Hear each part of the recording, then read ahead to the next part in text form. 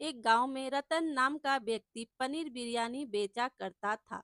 एक दिन रतन गांव में पनीर बिरयानी का ठेला लगाकर ग्राहकों को आवाज दे रहा था, आइए आइए और पनीर बिरयानी का आनंद उठाइए। सभी का धंधा इस समय चल रहा है मंदा। मेरी बिरयानी में मिला हुआ पनीर आप सबको कर देगा ठंडा।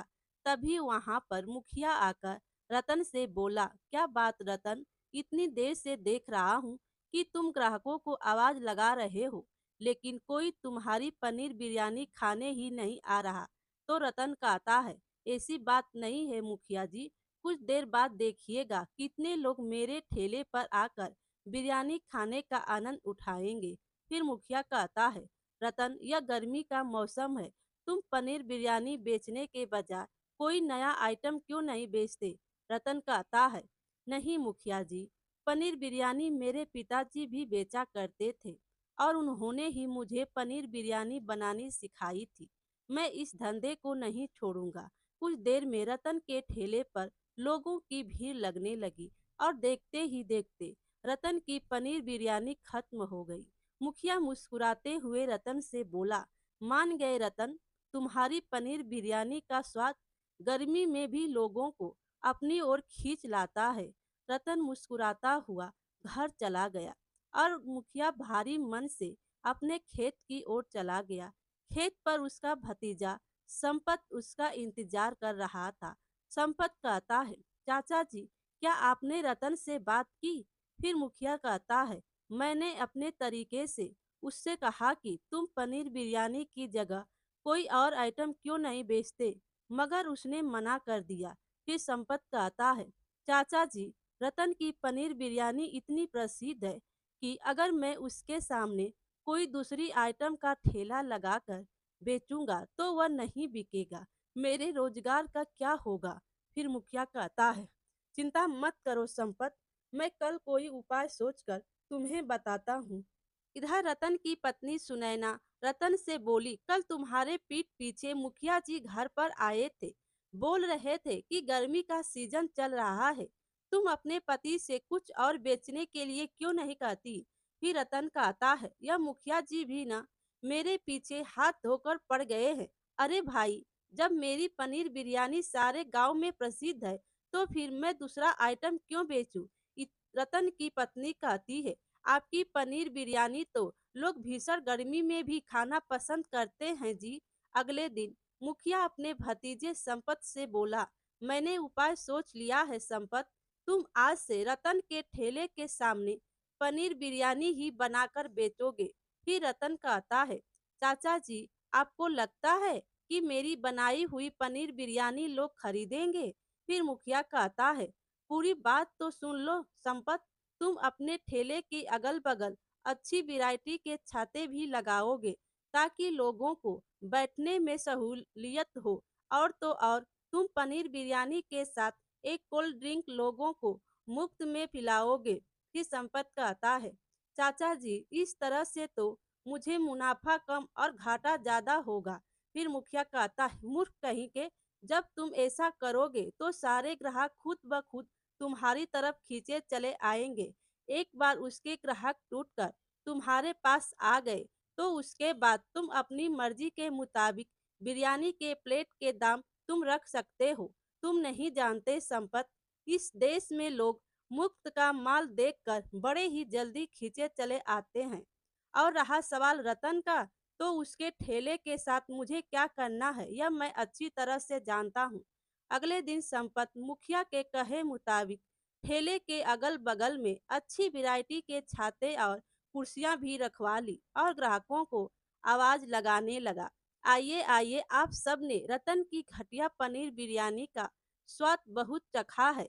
एक बार मेरी बनाई हुई स्वादिष्ट पनीर बिरयानी खाई और मुफ्त में एक कोल्ड ड्रिंक का आनंद उठाइए।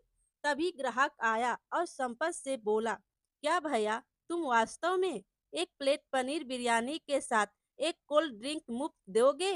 कहता है, हाँ हाँ भाई, मैं मजाक नहीं कर रहा। और तो और, तुम रतन के ठेले पर गर्मी में पनीर बिरयानी खाते थे और यहाँ इस छतरी के नीचे आराम से बैठकर इस पनीर बिरयानी का आनंद उठाओ और इस गर्मी में ठंडी ठंडी मुफ्त कोल्ड ड्रिंक का भी आनंद उठाओ।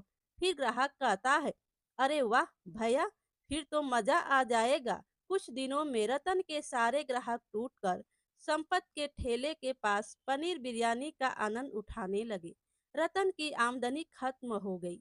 रतन की पत्नी कहती है, अगर मुखिया का भतीजा एक कोल्ड ड्रिंक मुफ्त में दे रहा है तो आप भी क्यों नहीं कोल्ड ड्रिंक मुफ्त में देते हैं जी। फिर रतन कहता है, यह कैसी बातें कर रही हो सुनैना। एक तो मैं लोगों को वैसे भी बहुत सस्ते में पनीर बिरयानी बेचा करता था। अगर मैं कोल्ड ड्रिंक मुफ्त में दे दूंगा तो इस तरह से तो मुझे अपना घर भी बिकता हुआ नजर आ रहा है। अब मुझे समझ में आ रहा है कि मुखिया जी बार बार मुझे यह धंधा छोड़ने के लिए क्यों कहते थे। आज मैं मुखिया जी से बात करके ही रहूंगा। शाम के समय रतन मुखिया के घर पर चला गया। रतन को देखकर मुखिया बुरा मुंह बनाता हुआ बोला, क्या बात है रतन, यहाँ क्यों आए हो।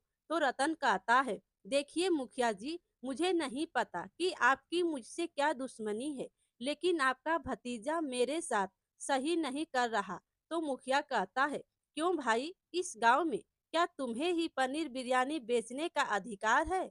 रतन कहता है, नहीं मुखिया जी, मैंने ऐसा तो नहीं कहा, लेकिन आपका भतीजा संपत मेरी बिरयानी की बुराई हर ग्राहक से करता है। आखिर वह मेरे ही ठेले के सामने वह बिरयानी कैसे बेच सकता है। फिर मुखिया क्रोधित होते हुए कहता है, रतन, तुम हद से ज्यादा आगे बढ़ रहे हो। हर किसी का धंधा करने का अपना अलग अलग तरीका होता है। और हाँ, अब जब बात यहाँ तक आ ही गई है तो ध्यान से सुनो। तुम्हारे पिता ने मुझसे वर्षों पहले कर्ज लिया था, जो कि उन्होंने मुझे नहीं लौटाया। तो रतन कहता है, तो आप कहना क्या चाहते हैं मुखिया जी। तो तुम उनके बेटे हो, इसीलिए तुम्हारा फर्ज बनता है कि तुम अपने पिता का कर्ज चुकता करो। फिर रतन रोते हुए कहता है, मेरी आर्थिक स्थिति इस समय खराब है मुखिया जी, वह भी आपके भतीजे की वजह से। फिर मुखिया कहता है, कोई बात नहीं, तुम्हारा ठेला किस काम आएगा। कल तक अपने ठेले को यहाँ खड़ा कर जाना, नहीं तो तुम्हारे ठेले को तुम्हारे घर से ही उठा लूंगा। रतन वहां से मुंह लटका कर चला गया। अगले दिन मुखिया के आदमी रतन का ठेला भी उठा कर ले गए। रतन बेरोजगार हो गया। कुछ दिन ऐसे ही बीत गए। फिर सुनैना कहती है, आखिर तुम कितने दिन इस तरह घर पर बैठे रहोगे। फिर रतन कहता है, कुछ समझ नहीं आ रहा है सुनैना, यहाँ तक कि धंधा और ठेला भी हाथ से चला गया। अब मैं क्या करूँ। फिर सुनैना कहती है, मुखिया ने जरूर झूठ बोला है। आपके पिताजी को तो स्वर्ग सिधारे तो कई वर्ष हो गए हैं। उन्होंने तो आपसे कभी जिक्र नहीं किया कि मुखिया से उन्होंने कुछ पैसे उधार लिए थे। तो रतन कहता है, जानता हूँ सुनैना, लेकिन जानते हुए भी मैं कुछ नहीं कर सकता। लगता है कि इस गांव को छोड़कर मुझे जाना पड़ेगा। वैसे भी अब मेरा यहाँ मन नहीं लगता। इतना बोलकर रतन क्रोध से एक बक्से को लात मार दी। बक्से से कुछ सामान नीचे गिर गया, जिस पर सुनैना कहती है, यह क्या किया आपने, यह तो आपके पिताजी का पुराना बक्सा था। रतन ने अपने पत्नी की बात का कोई जवाब नहीं दिया और बक्से से गिरे एक बहुत पुराने कागज को वह पढ़ने लगा। सुनैना पूछती है, यह आप क्या पढ़ रहे हैं जी। रतन कहता है, यह तो पिताजी की हेड राइटिंग है सुनैना। इस गांव में सिर्फ पिताजी ही 5वीं क्लास पास थे। इसमें बर्फ की बिरयानी के बारे में कुछ लिखा है। अचानक रतन को कुछ याद आया और बोला, मुझे कुछ याद आ रहा है। पिताजी बर्फ की बिरयानी के बारे में माँ से बात तो किया करते थे कि वह एक दिन बर्फ की बिरयानी बनाकर बेचेंगे। लगता है यह वही है। फिर सुनैना कहती है, अगर ऐसी बात है तो फिर आप बर्फ की बिरयानी ही क्यों नहीं बेचते। अगर आपके पास पैसे नहीं है तो मेरे पास एक चांदी का हार पड़ा हुआ है, आप उसको गिरवी रख आइए और अपना धंधा फिर से शुरू कीजिए। रतन उसी दिन उस हार को गिरवी रख कर कुछ पैसे ले आया और चावल खरीद कर अपने पिता के लिखे नुस्खे के अनुसार चावल को पकाकर उसके ऊपर बर्फ मिला दी। फिर रतन अपनी पत्नी से कहता है, सुनैना बर्फ की बिरयानी बन के तो तैयार हो गई। फिर सुनैना कहती है, आपके साथ मैं भी बेचने का प्रयास करूंगी। हम अपनी पुरानी जगह पर धूप में ही खड़े होकर इसे बेचेंगे। रतन सुनैना के साथ अपनी पुरानी जगह पर चला गया और आवाज लगाने लगा, आइए भैया आइए, आप सबने पनीर बिरयानी बहुत खाई है। एक बार आप बर्फ की बिरयानी खाकर ठंडा ठंडा कुल कुल होने का आनंद उठाइए।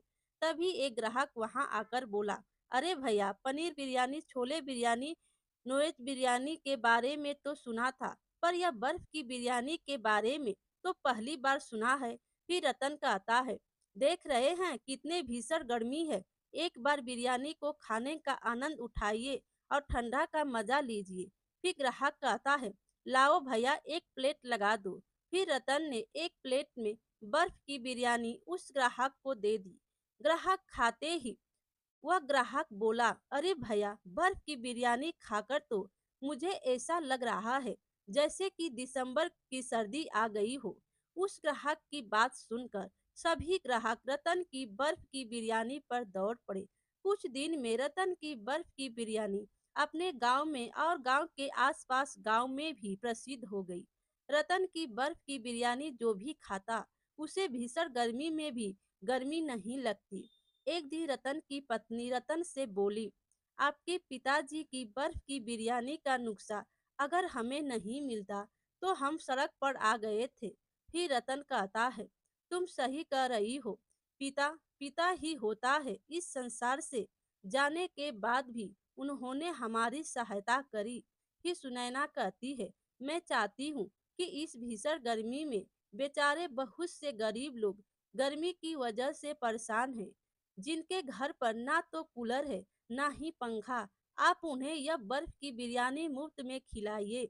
रतन को अपनी पत्नी का सुझाव पसंद आया और रतन उस दिन से गरीब लोगों को बर्फ की बिरयानी मुफ्त में खिलाने लगा।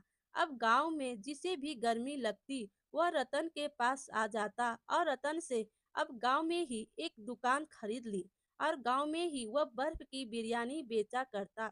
ये देखकर संपत मुखिया से बोला, चाचा जी, हमारी सारी योजना पर पानी फिर गया। फिर मुखिया कहता है, सही कहते हो तुम, पता नहीं इस रतन के पास बर्फ की बिरयानी बनाने का नुस्खा कहाँ से आ गया। बर्फ की बिरयानी खाने के बाद किसी को गर्मी ही नहीं लगती। अब तो दूर दूर से लोग आकर उसकी बिरयानी खाने लगे हैं और वो लोग इसी वजह से खाते हैं ताकि वह अपने शरीर की गर्मी भगा सके। फिर संपत कहता है, तो फिर कुछ कीजिए चाचा जी। तो मुखिया कहता है, जब दुश्मन ताकतवर हो जाए तो फिर उससे दुश्मनी नहीं बल्कि समझौता करना चाहिए। चलो मेरे साथ। मुखिया संपत को लेकर रतन के घर पर चला गया। मुखिया और संपत को देखकर रतन चौंकता हुआ बोला, मुखिया जी, आज आपको इस गरीब की याद कैसे आ गई। फिर मुखिया कहता है, रतन, तुम्हारी बर्फ की बिरयानी दूर दूर तक प्रसिद्ध हो चुकी है। अब तो लोग हमारे गांव का नाम भी बर्फ की बिरयानी के नाम से जानने लगे हैं, लेकिन मैं तुमसे समझौता करने आया हूँ। फिर रतन कहता है, मेरा और आपका तो कभी कोई झगड़ा ही नहीं था मुखिया जी, फिर समझौता किस बात का। फिर मुखिया कहता है, तुम एक नंबर के मूर्ख हो रतन, तुम्हारे हाथ में बर्फ की बिरयानी का नुस्खा है। तुम चाहो तो इससे लाखों रुपए कमा सकते हो, लेकिन तुम पैसे कमाने के बजाय गरीब भिखारी को मुफ्त में बिरयानी खिला रहे हो। ही रतन कहता है, मुझे लगा था कि शायद आपको अपनी गलती का एहसास हो गया है, इसीलिए आप यहाँ आए हैं। पर मैं गलत था मुखिया जी, पैसा ही सब कुछ नहीं होता। गरीब की मदद करने से हमारे मन को जो शांति मिलती है ना, वह किसी भी पैसे से नहीं खरीदी जा सकती। आप यहाँ से जा सकते हैं। मुखिया और संपत मुंह लटकाकर वहां से चले गए। रतन आज भी बर्फ की बिरयानी बनाता है और उन्हें बेचता है और गरीबों को फ्री में खिलाता है। मेरे प्यारे दोस्तों, कहानी अच्छी लगी हो तो लाइक कीजिए और अपने दोस्तों में भी शेयर कीजिए और चैनल पर नए हो तो चैनल को सब्सक्राइब कीजिए। Thank you.